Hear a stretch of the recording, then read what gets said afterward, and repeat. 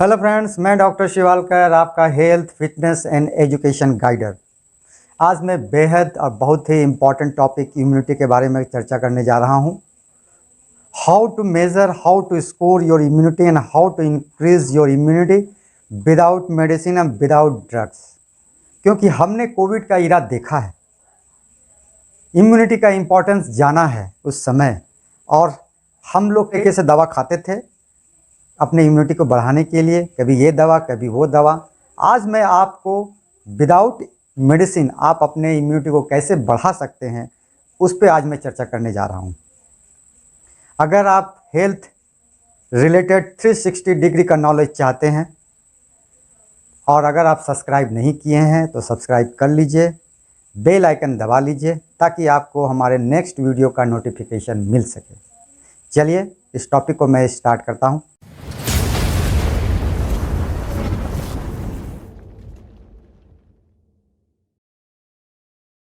What is immunity? Immunity is a defence mechanism. ये हमारे शरीर में बाहरी ताकत से लड़ने के लिए मजबूती प्रदान करता है। अब टाइप ऑफ इम्यूनिटी, इम्यूनिटी दो तरह का होता है, इनेट इम्यूनिटी और एडेप्टिव इम्यूनिटी। एडेप्टिव को एक्वायर्ड इम्यूनिटी भी बोलते हैं। First, innate immunity. Innate immunity दो तरह का होता है, एक सेल्यूलर, दूसरा ह्यूमेरल। और ये इनेट इम्यूनिटी फर्स्ट डेवलप करता है but not long lasting. Second, adaptive और एक्वायर्ड इम्यूनिटी, ये भी दो तरह का होता है, एक एक्टिव, दूसरा पेसिव। और ये डेवलप करने में समय लगता है, ये बाद में डेवलप करता है। जब हमारा वायरस और बैक्टीरिया से इन्फेक्शन होता है तो उसके अगेंस्ट में जो इम्यूनिटी बनता है वो एडेप्टिव और एक्वायर्ड इम्यूनिटी होता है। हम जो वैक्सीन लेते हैं वो भी एक्वायर्ड इम्यूनिटी होता है। Now how to measure and how to score your immunity, इसके लिए मैंने 11th क्राइटेरिया में इसे डिवाइड किया है on the basis of my experience. इसे शिवालकर्स क्राइटेरिया भी बोल सकते हैं। What are the 11th criteria? First, disease. Second, drugs. Third, any deficiency. Fourth, age. Fifth, hunger, appetite. Sixth, constipation, कब्जियत, पेट साफ हो रहा है कि नहीं। Seventh, weight, body weight, BMI, body mass index. Eighth, sleep. Ninth, habit. Tenth, positive thought. 11th, activeness, absence of laziness, and these are the 11th criteria. अगर इस 11th क्राइटेरिया में अगर आपका पॉइंट लेस देन 5 है तो वो bad immunity में आएगा। अगर ये 5 to 8, अगर आप इसे काउंट करेंगे, हर एक क्राइटेरिया को 1 पॉइंट देंगे, और ये अगर 5 to 8 आता है तो गुड इम्यूनिटी। एंड अगर मोर देन 8 to 11 के बीच में आता है तो very good immunity, best immunity. अब एक एक क्राइटेरिया को मैं थोड़ा डिटेल में डिस्कस करता हूँ। पहला है डिजीज। लाइफ है, डिजीज तो होगा ही, लेकिन कोशिश करना है कि आपको डिजीज़ ना हो, डिजीज़ फ्री रहें। अगर आपको डिजीज़ है तो वो कंट्रोल में है कि नहीं और उसका पैरामीटर्स नॉर्मल है कि नहीं। फॉर एग्जांपल, अगर डायबिटीज़ है, अगर ब्लड शुगर आपका कंट्रोल में है तो कोई बात नहीं, उसे आप 1 काउंट करेंगे, अदरवाइज वो 0। Second, drugs. बहुत सारी बीमारी है, जैसे ऑटोइम्यून डिजीज़ है, उसमें आप immuno compromised, immuno suppress drug लेते हैं जिससे इम्यूनिटी प्रभावित होती है। अगर ऐसा है तो उसे आप 0 काउंट करेंगे, अगर ऐसा नहीं है तो उसको 1 काउंट करेंगे। Third, deficiency. डेफिशिएंसी में आप टेस्ट कराइए। अगर आपको vitamin B12, calcium, vitamin D की डेफिशिएंसी है, या हीमोग्लोबिन कम है, या सीरम प्रोटीन लेवल कम है, तो आपकी इम्यूनिटी डाउन रहेगी। तो उसे आप 0 काउंट कीजिए। अदरवाइज़ आप इस पैरामीटर्स को नॉर्मल कीजिए, रेंज में लाइए, तब आप इसे 1 काउंट कीजिए। और इलेक्ट्रोलाइट में सोडियम पोटेशियम का लेवल सही होना चाहिए। और अच्छे इम्यूनिटी के लिए आपका vitamin B complex, vitamin C, vitamin A, vitamin E, omega 3 fatty acids, ये सब बॉडी में सही होना चाहिए। ओमेगा 3 फैटी एसिड्स के लिए आप अलसी यूज कीजिए। फिश बहुत ही अच्छा है। धूप में बैठिए, विटामिन डी के लिए अच्छा है।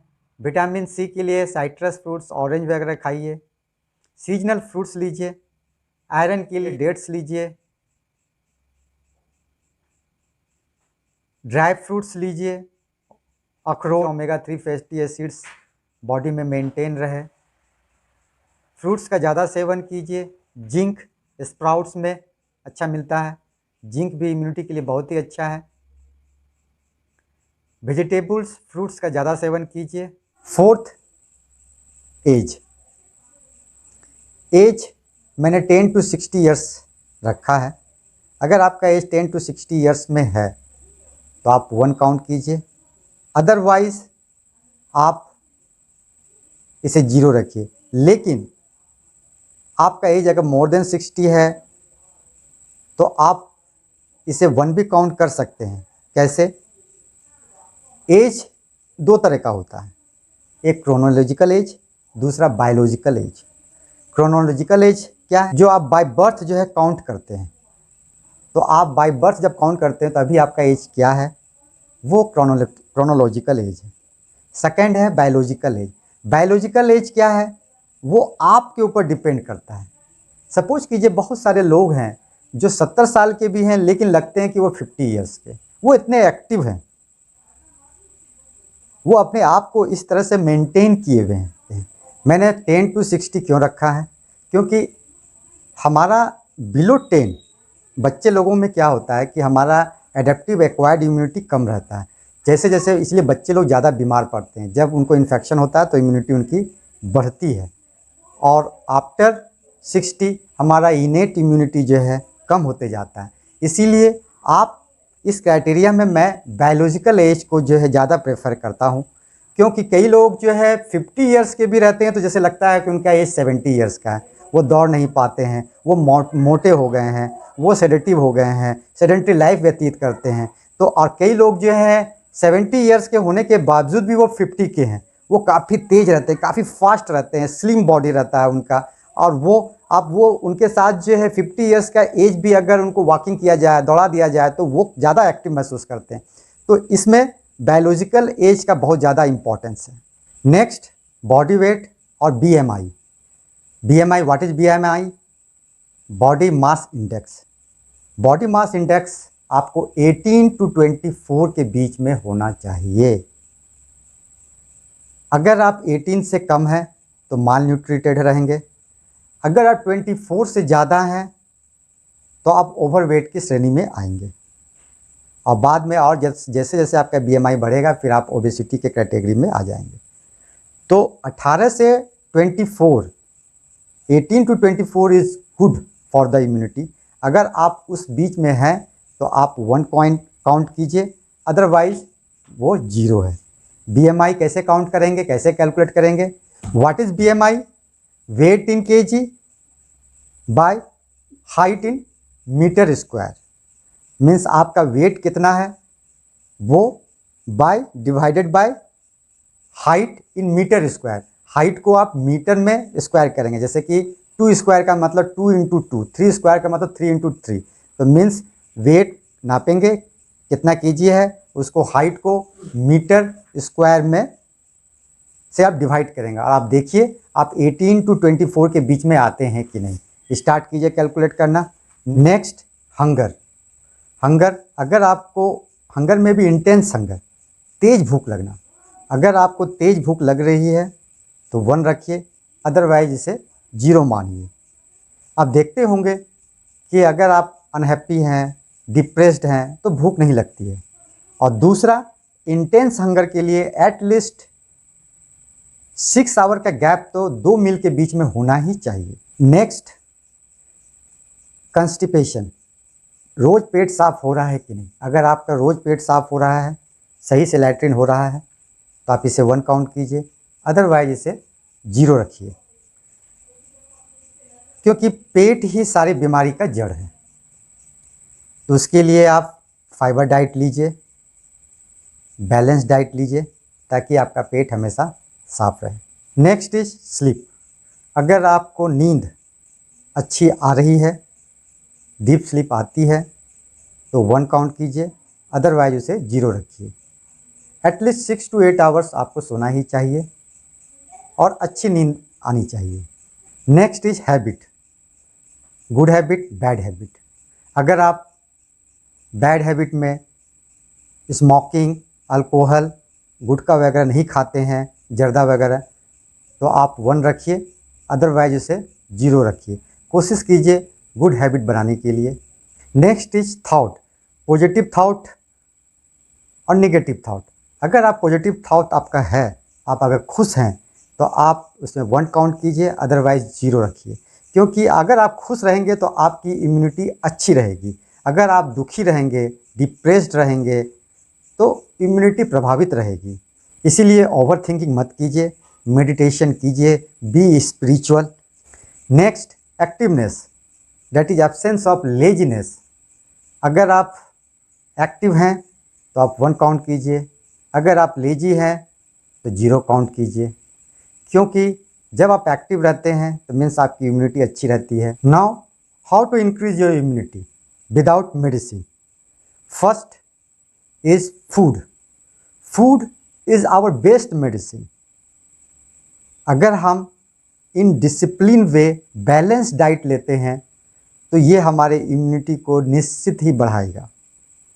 मैंने already daily routine of a person in a life to keep healthy, fit and disease free एक वीडियो बनाया है, उसे आप ज़रूर देखें।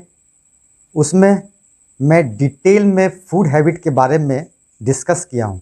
यहाँ पे बहुत ज़्यादातर डिस्कस नहीं कर पाऊँगा, क्योंकि अदरवाइज ये वीडियो काफ़ी लंबा हो जाएगा। तो daily routine dash doctor Shivalkar आप सर्च कीजिए, वो आ जाएगा। फूड आपका कैसा होना चाहिए? फूड एटलीस्ट आपको less inflammatory, more with antioxidant, less with free radicals होना चाहिए। अगर आप डिसिप्लिन वे में बैलेंस डाइट लेंगे तो आपका बायोलॉजिकल एज भी मेंटेन रहेगा, body mass index, body weight भी मेंटेन रहेगा, डिफिशिएंसी भी दूर रहेगी, हंगर, आपको भूख लगेगा, और कंस्टिपेशन भी दूर रहेगा। तो इसलिए आप वो वीडियो मिस मत कीजिए। आप डेली रूटीन जो है उसमें मैंने जो है फूड हैबिट के बारे में बहुत डिटेल में समझाया है, उसे आप ज़रूर देखें। Second, activity. साइंस कहता है डेली आपको 45 मिनट्स मिनिमम एक्टिविटी करना ही चाहिए। आधा घंटा आप जॉगिंग करें, वॉकिंग करें, रनिंग करें, कुछ भी करें। 15 मिनट्स मिनिमम योगा, एक्सरसाइज, प्राणायाम, कुछ भी करें। मैंने इसमें भी डिटेल में आपको वीडियो बनाया है। मैंने 3 वीडियो बनाया है एक्सरसाइज के ऊपर। पहला, मिनिमम टाइम में मैक्सिमम बेनिफिट हो, at least 15 minute yoga combination, exercise combination मैंने बनाया है। सेकंड, आपको 6 डे पैकेज, हर तरह का एक्सरसाइज, हर तरह का योगा, हर तरह का प्राणायाम मैंने उसमें डिटेल में बताया है। और तीसरा, वर्किंग आवर में क्या एक्सरसाइज करें वो भी मैंने बताया है। तो आप योगा या एक्सरसाइज डैश देख के डॉक्टर शिवालकर सर्च कीजिए और उसे देखिए। उससे आप अपने इम्यूनिटी आपका बढ़ेगा और उससे मिस मत कीजिए। Third, meditation. मैंने मेडिटेशन पे डिटेल में वीडियो बनाया है, टाइप ऑफ मेडिटेशन, तो आप उसे देखिए। मेडिटेशन डॉक्टर शिवालकर प्रेस करके सर्च करके देखिए, उससे आपको नींद सही आएगी। थिंकिंग, आपका पॉजिटिव थिंकिंग, मैं डेली रूटीन में पॉजिटिव थिंकिंग, आपका ओवर थिंकिंग नहीं होना चाहिए। थिंकिंग कैसा होना चाहिए, उस पर भी थिंकिंग हैबिट पे मैंने वीडियो बनाया है। Thinking habit doctor Shivalkar search कीजिए।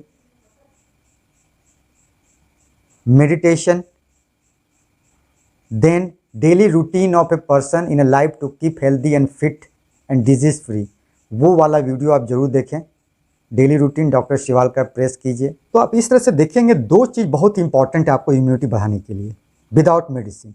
पहला एक्टिविटी, आप डेली एक्टिविटी कुछ ना कुछ कीजिए, योगा, एक्सरसाइज, ये सब आपको बायोलॉजिकल एज मेंटेन करेगा। दूसरा, body weight, body mass index जो है आपका सही रहेगा, मेंटेन करेगा। खाने पीने पे ध्यान दीजिए। सेकंड है फूड हैबिट, ये दो चीज़ बहुत ही इंपॉर्टेंट है। फूड अपने आप में एक मेडिसिन है। उसके बाद आप मेडिटेशन कीजिए, बी स्पिरिचुअल होइए, ताकि आप पॉजिटिव थिंकिंग आपका सही रह सके।